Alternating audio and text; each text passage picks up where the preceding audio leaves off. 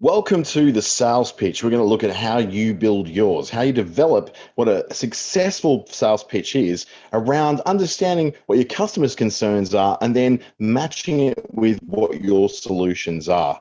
It sounds like a really heavy mountain to climb, and sometimes it can be. But what we'll find as we explore through this is that it's actually quite natural. It's almost like conversation, really. There's nothing in here that's trying to trick or somehow make people do things that they don't want to do. It's all what it's about. My name is Dante St. James. I'll just quickly stop sharing my screen so you can see me. I'm currently in a cabin in Broome in Western Australia, so always off on these crazy adventures. But it's all good. I seem to have a stable internet for now, so hopefully that will stay that way and we'll get right through it. Let's reshare that screen and get the whole thing back underway again. And present. Nearly there. Here we go. I want to start off with a quote from Jill Conrath, who's one of my favorite authors and sales-based authors, that is, who's done a lot of sales training. I was very, very fortunate to see one of her very few presentations she's ever done in Australia. It was about 5 or 6 years ago in Sydney, and she was just amazing. And she said the sales is an outcome, not a goal.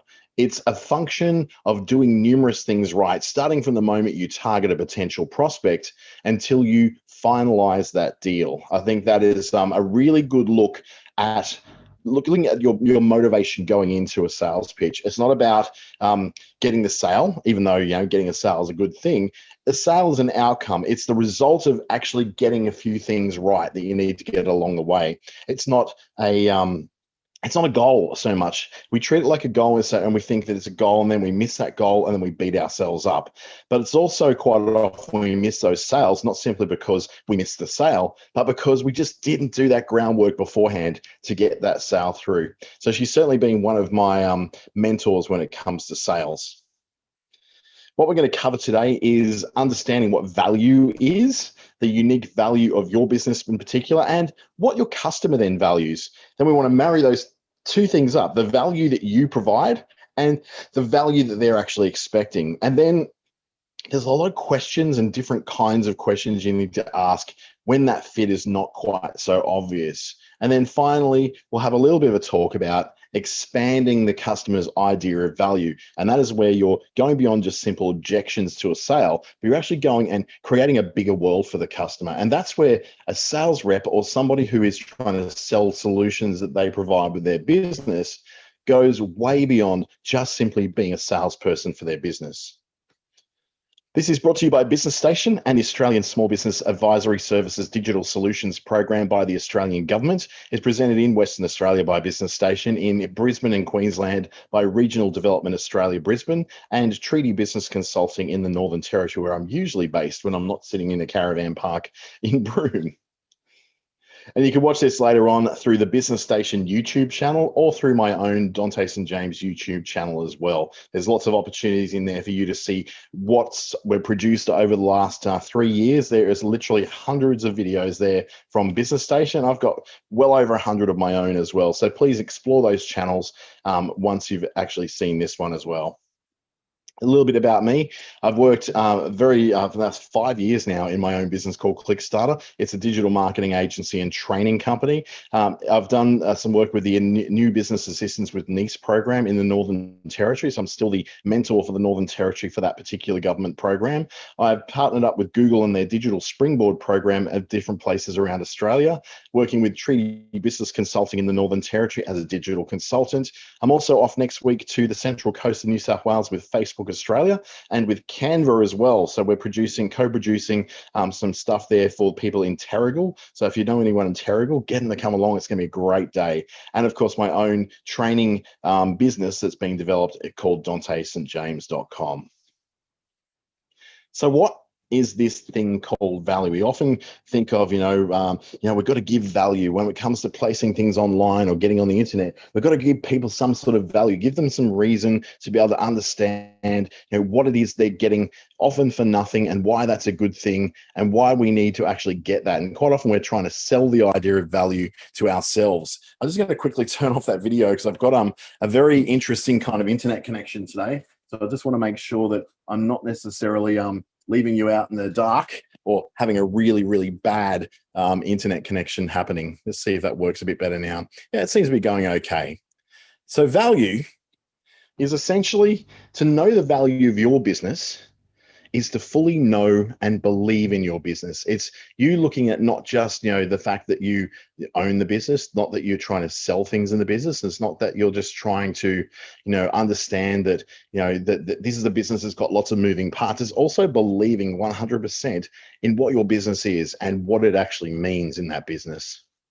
So what we're talking about really there is that you also know how to match the value of your business. So whatever that is. So if there's a particular value proposition, and when we're talking about value proposition, we mean what is unique and what's his standout? What is the thing that makes your particular business so much more different than someone else who does essentially the same thing as what you do? And then you try to match or try to grow that customer's expectation of value. They're going to come to you with a certain level of value that they expect. And your job is then to either match that, come together with what you do, with what they expect, or you go beyond that. And that's not necessarily saying that you need to go above and beyond, go the extra mile, a lot of those sort of platitudes. This is about expanding what the customer can expect, because often they'll come to you not only with an expectation of service or an expectation of outcome, they'll come to you with an expectation of price. And I can tell you now, nobody really wants to pay what you're worth. In fact, they don't care what you're worth. What they want to do is get a result. And that result will come from them understanding that they may need to expand their expectations beyond where they are now. And you'll find that customers quite often are willing to do that when they see a particular lot of value in the thing they're being sold. Value is very much in the eye of the beholder. Sneakers are a perfect example of this. That you see these kids who are in their early 20s and they're collecting sneakers, and these could be early Nike Air Jordans that are still in their boxes, or it could be any kind of sneaker at all. But those sneakers have incredible value to them. One of our advisors is actually helping someone who's selling sneaker boxes, and these are display boxes for sneakers to be in. And these boxes are aimed at people who really value these sneakers. In fact, they may never have worn these sneakers or may never actually plan to ever wear those sneakers. All they want to do with those sneakers is display them and use them as something as we're probably talking about the idea of an investment, investing in a pair of sneakers as something that may have some value at a later time, like investing in wine. I don't like wine. I've never found a wine I liked enough to want to pay for. Yet some people will hold on to wine for 20, 30, 50 years in expectation that there's some value as an investment for that wine. Diamonds are a perfect example of this. They are the most valuable to someone who wants them. Now, who wants diamonds? Brides to be. So you've got people who are getting engaged, have an incredible value on diamonds. The groom who's looking to get engaged with a woman finds diamonds an incredibly valuable thing because they represent the union of he and his partner. And that is an incredible lot of value. But to someone like me, who has no desire to ever get married and has no desire to ever collect jewelry, they are the least of value to me. I could look at them and go, I don't know. They're pretty rocks. They mean absolutely nothing to me, and they have no value. They might be worth hundreds of thousands of dollars to one person, but to me, they're not worth anything. But I have got something or other things that to me hold a lot of value. After all, the customer is the one who sets what the value is.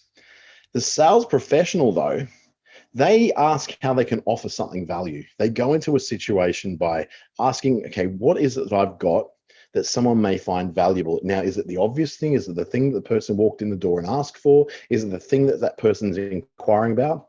Or is it something else? And they also understand how a customer defines that value. So how a customer may have a different idea of what's valuable about that particular product or service and go, you know what? I know they may not value this particular thing, but I've got something else, or I've got a different way of presenting this thing, which can get them across the line as seeing some value in exactly what I'm presenting right now. The value of anything, absolutely anything that someone wants to buy, is all about who needs it, why they need it, and just how badly they need it.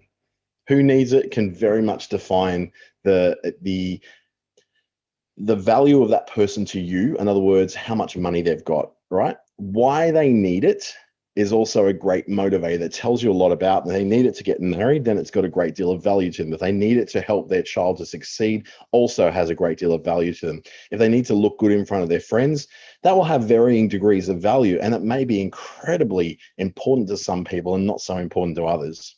And then how badly that person wants it, as we probably know, when you really, really want a roll of toilet paper in Melbourne at the moment, some people will pay absurd amounts of money to get hold of a roll of toilet paper because it's not available very widely in supermarkets right now because people seem to panic buy. When the value of bananas was really high after Cyclone Yassi back in the early noughts, it was went through, wiped out the banana crop, and we were paying $15, $20, $30 per kilo for bananas when we're used to paying a couple of bucks.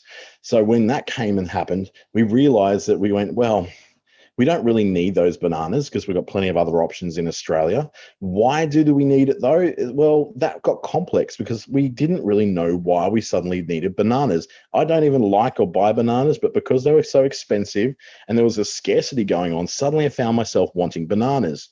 How badly they need it, that comes down to how badly that person craves those bananas. How badly they need it can define how valuable it is to them. If they really need that diamond ring, if they really need those bananas, if they really need that burger, if they really need that new car, if they really need that holiday rental in that very busy place during peak season, they understand that they're going to pay a lot more for it. So to understand how that value fits into the customer, you have to understand what the customer's buying cycle is. So first of all, the customer buys in a cycle of asking, what do they need? So let's just say I need a diamond ring because I'm getting engaged. The next question I'll ask is, how much can I spend? They may know, okay, the usual, this marketing term given by De Beers Diamonds was all about saying that it's a month's salary which lasts a lifetime, which is just a really manipulative way of saying, diamonds are worth whatever you're willing to pay for them, basically, because they're actually remarkably more common on this planet than what we like to think. But we try to make it a scarcity thing by making them naturally more expensive. And spending a month's salary seems to be what we look at as being an appropriate amount to spend on a diamond engagement ring. Who would have known, really? Just made up by marketing at De Beers. Crazy. So how much can you spend? Can you spend $5,000 on this solution? Can you spend $20,000 on this solution? What is a reasonable amount of money? Now, $20,000 to some people might be the deposit on a new home. But for other people, that might not be that much at all. Then they look at exploring the options. They go out into the market and they look at what options are actually available to them in terms of, what is available at the amount that they can spend and what's available for what they need. Now, what they'll do is start to negotiate through the different options. Let's just say they want to buy a car. So they go to Mazda, look at the Mazda 3 and say, okay, let's talk about buying a Mazda 3. And they'll negotiate with someone there. Then I'll walk over to Subaru and they'll talk about getting a Subaru Impreza. So I'll look at the Impreza and they'll go, okay, what can I get the Impreza for? Can I get it for the thing that I want to get it for? Then I'll pop over to Ford and I'll ask Ford about the Ford Focus, and they'll ask about all what they can get with that and whether they can get a great price for it. Now, as they've done that, they've decided that with other than those negotiations, they will choose one option. Now, the option doesn't always get chosen because of price. Quite often that option will be chosen simply because it has a better cup holder. Or in the case of why my father chose a Mitsubishi Magna, how many years ago? It was it would be nearly 30 years ago when he bought a Mitsubishi Magna instead of a Nissan Pintara, was because the Pintara had the feature of independently controlled audio through headphones in the back seats, whereas the Magna had extra individualized reading lights for people in the back seats. These are really, really small things, but they chose the Magna in the end simply because it had those reading lights, and that was more important to one of his kids, like me, who loved to read when they were driving at night. I'd read voraciously, and my brother would play little Game & Watch games, so he needed light for that. So what we found is that we're not likely to use independent sound for the back. We're much more likely to use independent lighting. So they choose that one option and then go ahead and make the purchase. Now, once they've made that purchase, We then assess the result, particularly when it's quite a major purchase. So buying a car, we'll spend some time after we've bought the car to explore, whether we liked the car, whether it was a good purchase, deciding whether we think that it was value for money. And at the end of the day, the assessment defines whether they actually received the value they were after, whether it was good value for money, whether it was a wise purchase. They then perform that assessment, and then it will either then be like, I got that, it was totally worth it. In fact, I would have paid more for it. Therefore, they would see even more value in that after the purchase. Or they'll regret the sale altogether and go, you know what? This was a total waste of time and money. Should never have gone there in the first place. So whilst the customer has a buying cycle, you too also happen to have a selling process. You have a sales cycle of your own. And your sales cycle goes a little bit like this. It'll start off with being a bit about a prospecting phase where you're actually going out there like panning for sales gold, going to see what's out there, who's about, what are they buying, and what it is, uncovering where those little hidden gems of customers may happen to be. Then we move on to the discovery phase. Now, the discovery phase is where the person discovers you, you discover them, and you go through and discover what it is that person may happen to need. Now, we're not talking obviously about something like buying something like this glass. We're talking about buying a service that costs a significant amount of money, buying a car, buying a big thing, where you're discovering whether what they're looking for and what you have are actually a good match for each other. So discovering whether you even like each other in the case of something like coaching or consulting or something like that is just finding out whether you actually like each other. And then what happens is, as you as a salesperson in your business would then present the value. Presenting the value basically means that you are then going into a process of understanding what they want, seeing what you've got, and getting those two things to come closer and closer together, simply because that the customer now sees value in what you're selling and you see value in what they are trying to get, and those things match each other. And at that point, you make the sale. That all sounds very simple, and it's a pretty natural sales process to go through, but it all comes down to whether really your sales process and the customer's buying cycle are kind of in alignment with each other. It's no use you trying to make that sale if they're still at the discovery stage. It's no use you doing a discovery stage if they don't even trust even talking or looking at you in the first place. So we look at matching those two processes. We look at marrying your sales process up with their particular buying cycle or where they're at in that buying cycle. So we look at, say, for instance, when you're in your prospecting phase, is when your customer is at the what do I need phase. So they're still very back at the beginning, and so are you. During this, you're asking one very important question. That question is, what do they need? What does this particular potential customer need? And for you to work that out, you need to do your research. You need to go off and look at, okay, things like Google, the Australian Bureau of Statistics, understanding what certain people need. Now, I'm not talking about a customer as this is an individual person. I'm talking about a customer who could be anybody out there who is an appropriate person to buy whatever your product or your service is. So that research could be looking at the ABS and saying, are there actually enough people out there who need what I'm looking for or sit in this particular segment that I think would be ideal for what I'm trying to sell? As you're doing that research, you may even do some research on an individual. If you're selling to a business, for instance, if you're selling quite a high-end consultancy work to a corporation, then you need to know a lot about that business. Because later on, when you get to the discovery process, you're going to get out to a point where they are going to judge you quite heavily on what you understand about them. They're going to want to know that you get them, you understand them, whatever their unique culture happens to be. Then you're going to look as part of that prospecting cycle, and in that point where the customer is still asking what it is that they need, you're going to be looking for sales opportunities. Now, sales opportunities could be everything from a trade show to a group on Facebook. It could be a networking event. It could be being invited to coffee with a bunch of other business owners. All those opportunities are opportunities for a sale, not for you to do a pitch, not for you to stand there and say, here's what I do, here's what I am, unless the networking organization is actually set up specifically for that. This is looking for places where you and they happen to be in the same place at the same time. It's what I'm in Broome for right now. There's opportunities for what I do here in Broome. So it takes me to get on a flight and get over here, stay here, walk around, get to know people, attend events, host events, and meet people face to face in order to help me to do the research I need to do, to understand that there is good money here for someone like me in Broome, to train people, to work side by side with people, to get them to do better with their marketing and also better with all their digital tools. So there is a sales opportunity here for me. It also allows you time to better understand that customer, to understand what's really important to them.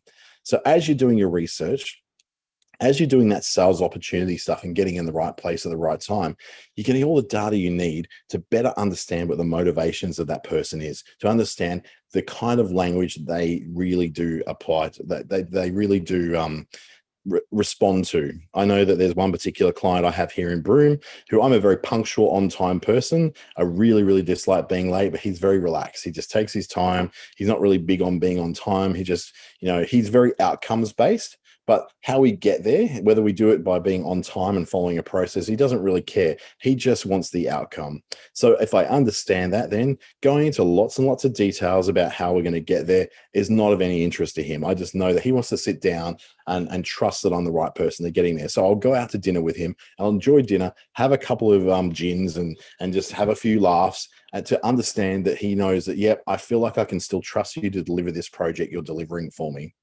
And then part of that is to find out what it takes to offer the best possible value to this person. And when I say the best possible value, I'm not saying reduce your prices. In fact, that's the last thing you want to do. Value isn't about price, despite what Coles and Woolworths say. Value is about somebody feeling good about what they're going to pay and what they get in exchange for what they pay, that they feel that's a really good match. It's really good value. When we think of good value, we think of, okay, if it's $1 a kilo for bananas, that seems to be good value. But if those bananas were bruised and spoiled, we probably say that's not particularly good value, unless, of course, you are wanting to make a whole lot of banana bread with that spoiled bananas. Now what we're going to do is explore their needs. So as we go into what is the discovery phase, this is the point where we're having a conversation with someone. They're still in their exploring options phase. They haven't decided they're going to buy here. This is not the time for you to pitch something. This is not the time for you to say, this is my price, this is my solution, this is all the things I want to do for you. This is just at the point where a customer wants to explore your options and you want to explore their needs. It's very dusty in Broome, very smoky, so I'm just need to drink a lot of water, sorry. The questions you'll ask are going to be absolutely vital in this stage. They're going to help you to identify and assess and then articulate the problems back to your client. Or they may be wanting to do those things for you. They may not know exactly what they're doing or what they want as far as a solution. They're just exploring options to solve a problem that they have. They haven't chosen a solution necessarily, but they've chosen the people who they want to talk about this with.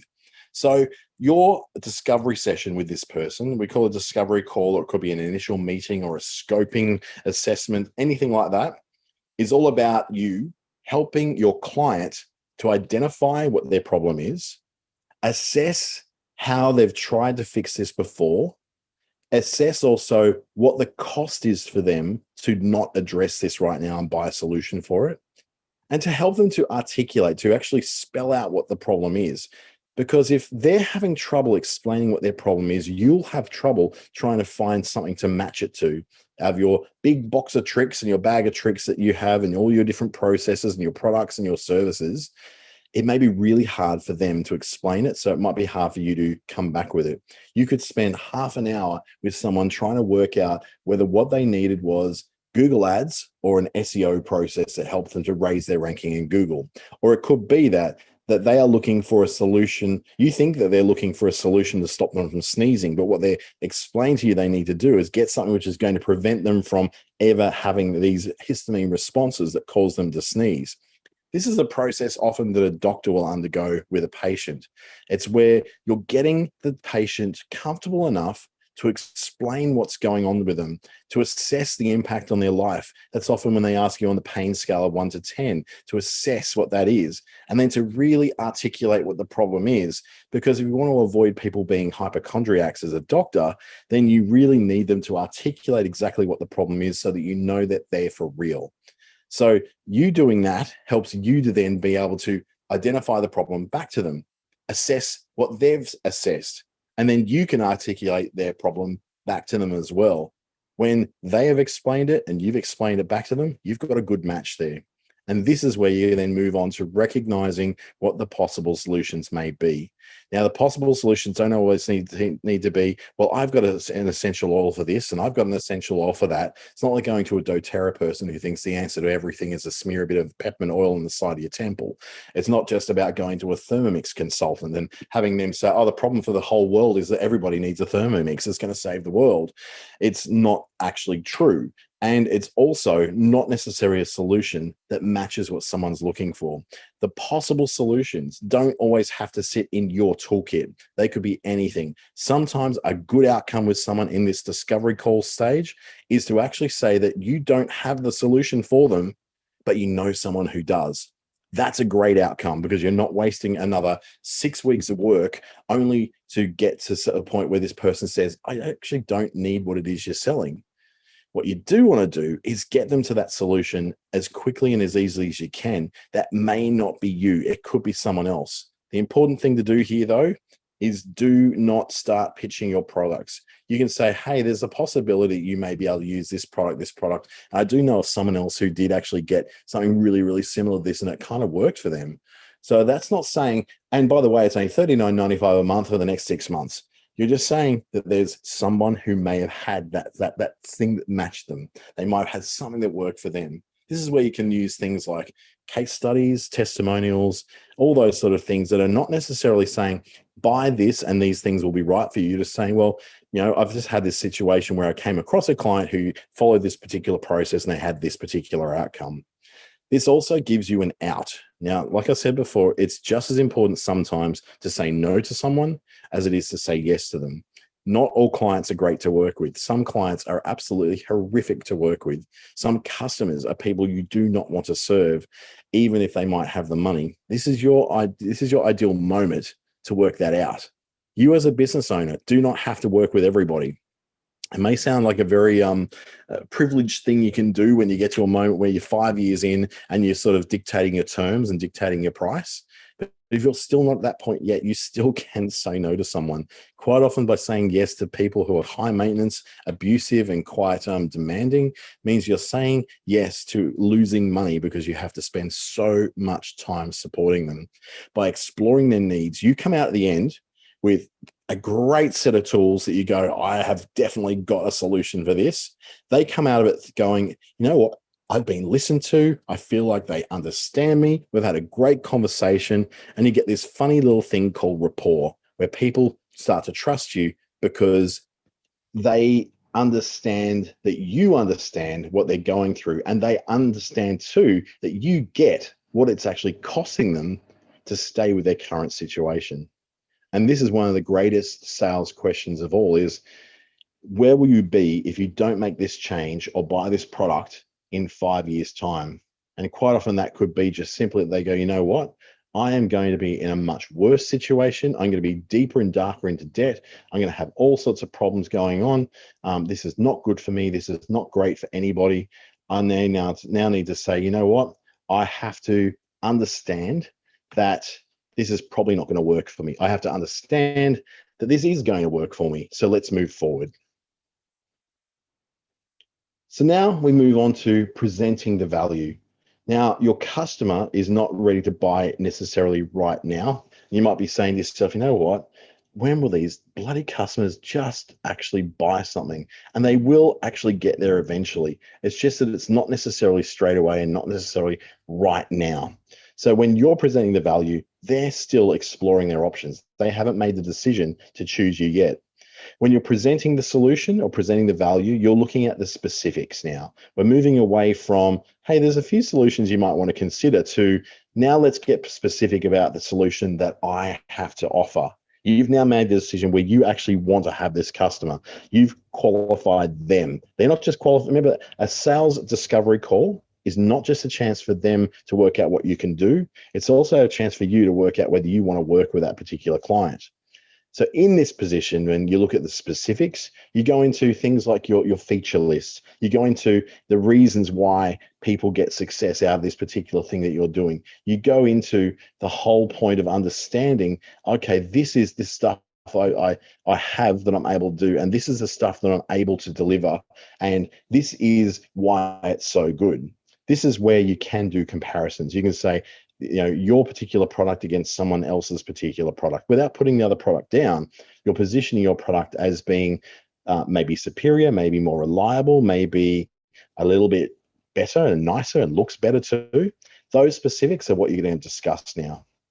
What you're doing now is moving beyond the last screen where we were talking all about where we were recognizing the possible solutions. We're now moving beyond that and going to the point where we're actually looking at how our particular product or our particular service can solve their problem. And this is where you're taking it from, here's an idea, here's an option out in the clouds of these things could work for you, to I've got this thing, it can solve your problem. You're marrying together now their problem with your business, that your business is now able to provide that solution. And at that point, something very magical happens. And that magical moment is that moment where someone, it's that aha moment where someone goes, I get it. I actually get it. This could actually solve my problems. Then you move on, obviously, to where they had lots of questions to ask because they get a little excited. They get a little excited because there's potential for this thing to actually change their ways, change their mind, make their life better, make them more comfortable, make them feel more safe, all those wonderful things. But they're going to ask you questions and they're going to have some objections along the way. Sometimes your product may seem too good to be true and they will grill you on that. They'll look for, but what's the catch? But what's the catch? Quite often when I'm presenting stuff to clients where I say, well, actually, you can get this on a grant and it's not going to cost you anything. They're like, yeah, but what's the catch? What's the catch? Why would you be doing this if I'm not paying anything? It's like, well, you know why? Because I'm still going to get paid regardless of whether you're the person paying it or it's the government paying it. So you get these opportunities to go, wow, I can actually now see that there's lots of questions to ask and opportunities for you to answer them. So have those frequently asked questions that come up quite a lot with your clients ready to go. Have those questions and objections that most people come up with ready to go as well. When I say objections, I'm talking about the things that people go, yeah, but I heard that this particular thing wasn't as good as you're saying it is. And you'll have some way of answering that and overcoming that objection. Or even if it comes down to the point of them having something very negative to say about your product, if you hear this quite a lot, you'll actually have some really good comebacks for that. Now, the comebacks are not to go into all sorts of arguments and all sorts of horrible, he said, she said stuff. What we're doing here is just simply answering those questions and helping people to get past those objections. The objections are not usually out of a logical concern. Sometimes those objections come from an emotional response that someone's a little bit scared to cross the line and they just need some reassurance. You'll see that when you're across the table from someone or on the phone with someone. You'll hear it in the tone of their voice, whether they're spoiling for a fight or whether they're actually just a little bit concerned. They just want to have that reassurance that everything is going to be okay. They're going to be safe in making this financial decision with you. All of this is because you're bringing them right up to the point of making a decision, whether they're going to buy this thing from you or not, whether they're going to take you on as a client, you're going to take them on as a client or not, whether they're going to find a solution to their needs right here, right now, or not. And this is where we go, you know what? It's just about at that point of making the sale. Ultimately, you're helping your potential client imagine a future where their problem is solved by you. Whether that means going into a partnership with you as a consultant, whether that means they just buy this product from you and they're able to solve that problem, whether they're buying a car and that gives them the freedom to live the life they want to live, or whether you're selling them a holiday and they're giving them a future which is going to be more relaxed and a lot nicer and a better way to live. You're helping them Imagine that future where their problem is solved. Now, if anyone knows anything about brain chemistry, they'll understand that the same brain centers light up when we imagine something as when we actually have that something. So, for instance, if I imagine that I'm holding a glass and then I actually hold a glass, the brain lights up in exactly the same way. So the brain doesn't necessarily know, as far as we know, this is all still theory though, as far as we don't know that the brain can tell the difference between me imagining holding a glass with my eyes closed and actually picking up a glass and holding it, which means that if you're imagining a time when their future is solved, and that's associated with you in the room with them or on the phone call or on the Zoom call with them, then they're actually creating that in their mind so that when they already have tried on the feeling of that future with their problem solved, they've already got the result of that in their heads. So to get them then to pay for the actual realistic in-person live result of that is like telling them that feeling you just got, that relief you just got, it's going to be even better when you pay for this invoice because you're going to actually have that feeling in the flesh. Isn't it? It makes it seem that much easier to work with people to help them to make their problems go away. So what is it about your particular solution though that you can talk to a customer or to a client or to another business about that makes your solution particularly valuable? Because let's face it, you're probably not the only person in the world who does what you do. You're probably not even the only person in your town that necessarily does what it is that you do. To sell your business, your solution requires you to sell your business as well. Now, I'm not saying like, sell your business, let someone else own it. I'm saying to sell the concept of who your business is. To sell your solution requires you to sell your business and why you can be trusted to deliver on that promise. This is where we're going beyond the point that someone's just going to buy something logically because I need to buy dinner tonight because if I don't eat, I'm going to be hungry and it's going to keep me awake in the night. That's the sort of thing that's very logical. This is not what we're talking about. We're talking about how someone will choose you. And that often means that they're as much concerned about who you are and what your business is as they are about the solution they're buying. So people tend to buy, and this is a story brand thing here, that we tend to sell solutions to what we think the external problem is that someone's having. So for instance, you're hungry, we sell you food because you're feeling hungry. If you want to build a house, we will sell you a home building package because the external problem you're having out there is that you don't own a house and you want to own one. But customers buy solutions to their internal problems. So the things that are going on inside their heads. So they don't necessarily buy a diamond ring because because that's what you do when you get married.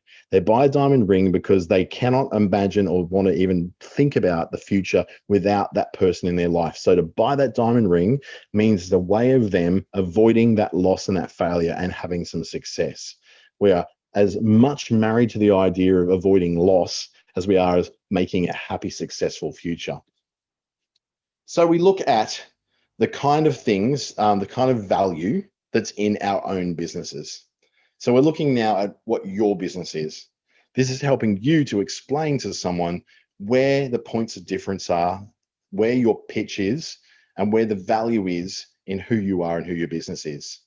So the first values we're going to be looking at is strategic value. Now, these are very, very smart decisions that a customer may make based upon you. They'll make a decision about you based upon reputation. If no one's got anything bad to say about you, you must be pretty good. If 50 people out of 60 have horrible things to say about you, you're pretty bad. Logic says go for the one that's got the good reputation, avoid the one that doesn't have the good reputation, right? It's also looking at what other people say, people who are trusted advisors and trusted sources of information. It could be family, it could be friends, it could be colleagues, it could be advisors who work in that particular area that you want to put this idea past.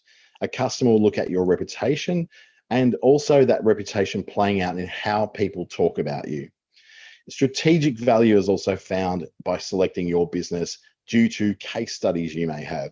If you've shown that, I've worked with 13 different businesses to achieve this result with them, then that business will come to you if they're a business and they'll say, yes, I feel safer doing this because you seem to know what you're doing when it comes to people just like me. Or if it's an individual customer, you might say, we work every day with women with really, really curly hair who want to look glamorous. Great. So the case studies would be, we worked with Jennifer. Jennifer had really tight curls and wanted to be straightened out without destroying her hair. We used this low acid version of a hair straightening solution that was allowing us to do this. And it ended up, she was really happy with it and now comes back every 6 weeks for a touch up. Or it could be something to do with credibility. Strategic value. Remember, we're looking at the customer choosing you strategically. So the strategic decisions they're making are very conscious decisions. They're very logical decisions and very reasonable decisions they're making. They're based on reputation, based upon what other people are saying, based upon whether you've shown in case studies or testimonials that you've worked with people just like them.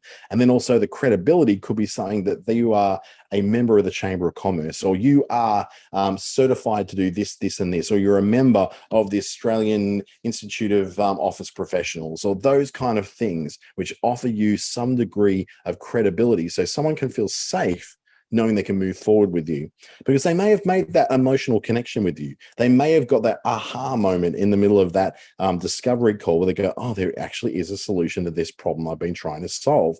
Now we're talking about why they should choose you. So they'll look for that strategic value. They'll also look for what we call people value. Now, people value is all about the way that you and your people present themselves to the client. So they can feel like they don't just trust you because you can deliver that thing. They don't just trust you because they feel good about you. They're now looking at everything around you. So they may be looking at the style, how you present yourselves, whether you wear uniforms, whether you're doing the right thing, whether you're presenting yourself to the community, the rapport that they develop with you, the experience they may have had with someone else who works for your company, the lovely person who answered the phone. We hear that quite often when I had a personal assistant. They go, oh, that lovely guy who answered the phone, he's such a lovely guy. And I go, yeah, that's the kind of thing I want to have people. That's my people value. Things like honesty. Sometimes this is a really big thing for people. They do not want to be coddled. They do not want to be fed some sort of BS story. They want to be given the truth, straight up and simple. So when someone just doesn't hide things, they actually want to say, you know what? I actually went out of business the first time I went into business. It didn't work, but I've now had 3 successes that I now have found a way to at least move myself forward. And I'd like the chance to help you to move forward now. That kind of honesty speaks volumes and it helps build that rapport. Reliability and competence also make people feel really good. If other people in your business are very competent, if other people in your business are being shown to be reliable, that people value helps someone to make a little bit of a crossover from not just the strategic, what we call the left brain decision, they make the right brain emotional decision as well. And then the solution value is where they're going, okay, so if I do choose to go ahead with this, what are the guarantees that I have? What are the promises I get? If I get this service and it totally isn't suitable for me, what is my comeback for that? Am I able to get support for this? Am I able to get service for this? Am I able to go and take it into a location near me and have it fixed if it's broken? Is there shipping? Is that shipping going to actually deliver the thing I bought? What are the insurances around there? This is where people are looking for that reassurance of what it is they're buying and that they're definitely buying the right thing. And quite often, a decision will be made on buying a product or service based very much upon the solution that it provides. Not just the solution you're promising, but then all that backup stuff as well. Don't play this stuff down. It is ultimately important. When I sell a website, quite often I will win probably 7 out of 10 of the contracts that I win to build websites because I provide them with free lifetime software updates and web server support. If they stay with me, they get all sorts of other stuff. But even if they cancel with me after 1 year, they may move to another server, but I'll still process the updates and the security updates of their software because that's my commitment as a WordPress community member. So those kind of things can make a massive difference about whether somebody comes to you and goes, oh yeah, well, maybe, I don't know, yeah, you look good. And then going, you know what, that's a really good deal. There's great value in there and I want to go and buy it. Customers do value solutions that come with dependable people who are competent and they have the service backing that as well. The solution on its own is not always enough to get you across the line. A solution plus dependable, competent people and a good service experience backing it is going to win almost every time. So That's all great. This is who you are. This is what you're doing. What exactly is it that your customer happens to value? Are they looking at something which is completely different to what you're looking at? And is the value that they're finding going to be found in what you do as well? So let's have a look at that. Your customers are often looking for what we call increased success. It's about how you help them to win the day. It's about how they are looking to achieve their goals, the things that they want to get out of this. It also could be about how else your solution works with their current solutions. This is where you're not just going, here you're coming from a blank slate and going all the way to the end to a new outcome. This could be that they're actually halfway there. They just need you to get them the rest of the way there. It may also be about what is the advantage that you give them, particularly if they are, let's just say, they are a business. If they're a business, then they may be in a competitive environment. So, what is it that you do that gives them a natural advantage? So, if you're doing things like, let's just say, massage therapy, that could actually give a CEO or a manager of a company an advantage over others because he's much more relaxed and much more physically attuned so that he can perform better than other people in his same position. And is there status attached? Are you actually going to give someone the look and feel of success with what you're selling? Are you selling something which is anything from jewelry to a service or some particular kind of product that actually makes them look good? When you're helping someone to look good, that could be what increased success looks like for them.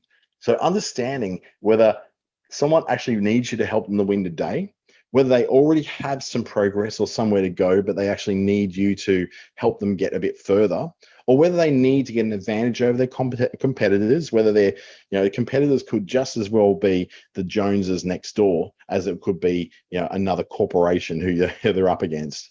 And is there a certain status to it? No one buys a BMW because they're reliable and they're a sensible decision to make. They buy it for status. There's not really much that BMW will do that other brands of car don't already do that cost a quarter of the price. You buy it for status. So is there a level of status attached to what you're selling? Does someone buy that and show it off and they go, you know what? I'm showing this off because it is a status symbol. It's a sign that I am better than other people in my same position. You could also then be aiming for the idea that your customer or client may want to be a better person. That could be that they want a very different style that's all about theirs. There's a lot of people who are consulting to help people to dress better, to be able to better coordinate their wardrobe, to be able to better have a look. People who do things from hair to makeup to nails, right through to people who are just there to help you pick better clothes. They're all there to help you to be a better person in your own eyes because you have your own style. They might also be people who assist you to get more status. So they may be coaches who want to help you to be more successful, to have a better life. They may be people who want to give you more education so that you can better talk at parties, or that you could actually more competitively, mix it at a networking function by understanding that education is the key to get you to be able to talk better with other people.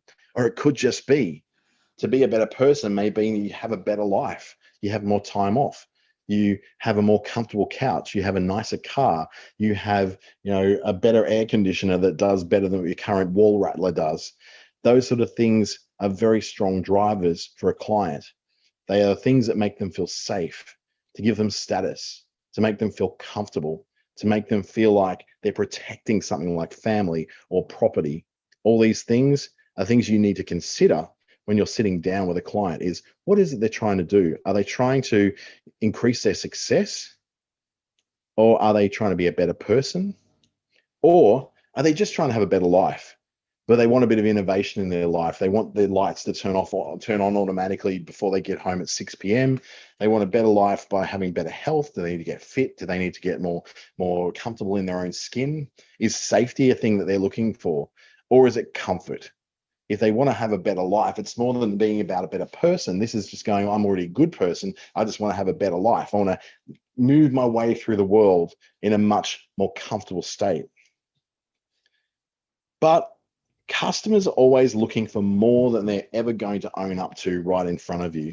They're never going to tell you, oh, I want a better life. Oh, I want to be a better person. Oh, I want status, because those things in our particular culture don't always translate to something that's easy for someone to express or to even admit to themselves. So you're looking during your discovery session and during the objections and the questions that people are asking for clues towards those things. So if you look at something like they want increased success, that's where you'll hear such things as going, they'll start to draw comparison with others.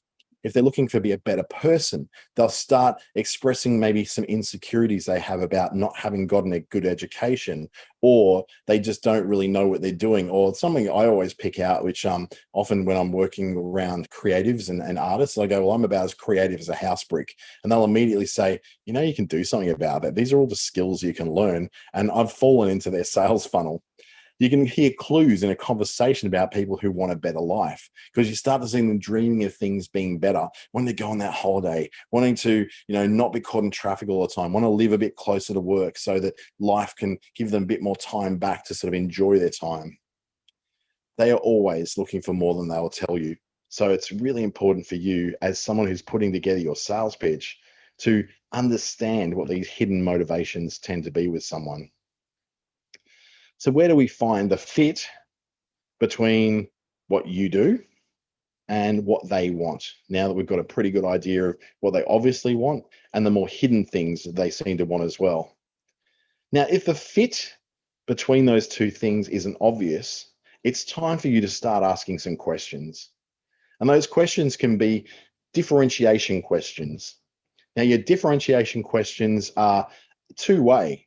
They're both for you to differentiate, I was going to say that word, differentiate yourself as the company that's going to supply something to someone. But it also helps you to understand how your customer, whether they're a business or an individual person, differentiates themselves. These things give you even more clues into how to better serve solutions and services to your clients. You're looking for how they are different. What is different about this person that your solution could really help them out? Are they someone who likes really bright things? Then delivering a product which is bright and cheerful could work out really well for them. Conversely, though, this is where they're actually going through a process of trying to understand how you are different. What's the difference with you? Why should I pick you instead of these three other people who do the same thing as you do? So differentiation is part of adding value. It's adding a value saying, yes, but we do this. That's the thing that we do different. Now, if your client or your customer is a business, they may be in a competitive position where they're trying to get an edge on those competitors. Likewise, you are in a competitive position when someone's shopping around between you and other people. Then you want to ask, what is unique about them? So what's unique about you? Is it because you're a 100% Australian owned, a family owned business? That could be important to them. Maybe not. It's not really one of those great drivers of buying. Or what is so unique about them that you can go, this one thing I remember that's really unique about you is that you go water skiing every second weekend. That's something I can bring up and actually ask you the next time we talk, how's the water skiing going? Did you fall off this week? You managed to stay standing? And people will go, oh my goodness, so you actually remembered that. That point of uniqueness is great. And for them too, they might say, hey, your point of uniqueness is that you're always on the road, traveling all around. So where are you this week? And that's giving you a point of rapport. It's understanding each other so much more as humans. And then, of course, that differentiation is looking at the strengths, weaknesses, opportunities, and threats. You can look for this in your client. What are their strengths when it comes to what they're doing as a business or an individual? What's their weaknesses that you may be able to look at and go, I can offset those for you with this particular product? What are their opportunities? Is there an opportunity in their life coming up where they get to wear that dress, to be able to have that makeup, to be able to lose 5 kilos? And then what are the threats that are going to stop that sale from happening, or the threats that stop you from being able to deliver? You're doing a SWOT analysis on them. They're also doing a SWOT analysis on you, even if they don't realize that's what they're doing. Another area where you can then go for finding that fit when it's not exactly obvious is to ask questions about meaning, where you can talk about your passions and they can talk about theirs. You can talk about your causes that you support. And they also mentioned they're actually supporting causes too. That family may be very important to them and to you. Or you may have certain cosmic or ethereal connections. You might go, I'm very much a New Age person with New Age thoughts, or I'm a Christian, a Catholic, a Muslim, a Buddhist. I've got all these different things you could bring up that are giving them an insight into who you are, if that's important for you to make that rapport. More importantly, it's probably for them to express that, because that also helps you to understand that there may be limitations and there may be things you can and cannot talk to them about, and also may, depending upon what their particular life and worldview is, you may just not be able to cross the line on certain subjects or speak in a certain manner. So that's very important for you to find out as well. Rapport doesn't mean limiting people down to a religion or to a worldview. What it means is you're giving yourself a chance to understand that other person through not just how they're different, but also what is the meaning behind what they do. And then finally is reputation as well. Things like referrals, references, word of mouth, and reviews are important. But same way though, if someone has a reputation of being a bad customer who doesn't pay their bills, you'd want to know that too. So it's just as important for you to check these things from them as it is for them to check those things on you. And finally, stories are the great connective tool that joins people together and always has, regardless of sales or marketing or any of that. This is what makes us human. The ability to tell stories about customers, their stories about what they've gone through, your stories about what you've gone through, stories of success, but just as importantly, stories of failure and challenges you've had to overcome in the past. Stories are the connective tissue of the human experience. So feel free to share stories and ask for stories as well. They make a person more interesting. That rapport helps someone to make an emotional connection, which will help them to overcome the the objections that they've already got about your product or service without you even having to do it for them. And then, of course, the big picture, what's in the future? Talk about the future, their dreams, their vision, their mission, what they want to achieve in the world. In there, you can find gold that you can then use to match your services and products to. If you're a healthcare product, then the whole idea you want to live long enough to achieve those dreams and to achieve your vision and your mission, that could be important. If you're talking about a nutritional product, then you go, well, this nutritional product is actually helping to save the planet because it's not using as much carbon, that kind of stuff. So those kind of things unlock all sorts of things that help you to better understand the customer you've got. And then finally, at the very end of this, what we want to do is essentially expand what the customer thinks of value. They don't just think of a price. They don't just think, I'm going to get this for this price. You're going to go, but you're going to get more. You're going to get that feeling of reassurance, that safety, that connection, that walking down the street and knowing we say good day to each other in the street is a really reassuring thing for a customer. You're buying more than a solution for a certain amount of money. You're buying reassurance. You're buying peace of mind. The value is not just that thing you buy, it's also the feeling that comes from it as well. If you'd like to talk more about sales pitches and all that sort of things, you can reach out to many of our different advisors through asbas.com.au. If you haven't already done a session, your first consultation is free. Your any follow-up is $44 for your second and $66 for your third, and any after that as well. You can find out more about that at asbas.com.au, or just reach out to me and I'll have a chat with you about it as well at dante@treaty.com.au. Thank you so much for joining me this afternoon or this evening, where if you're in Queensland right now, it's definitely the evening, and it's pretty much evening in Northern Territory. The sun is pretty much on its way down. It's gone now, I think, here in Broome. So thank you so much for joining me. I hope to see you again in the next one.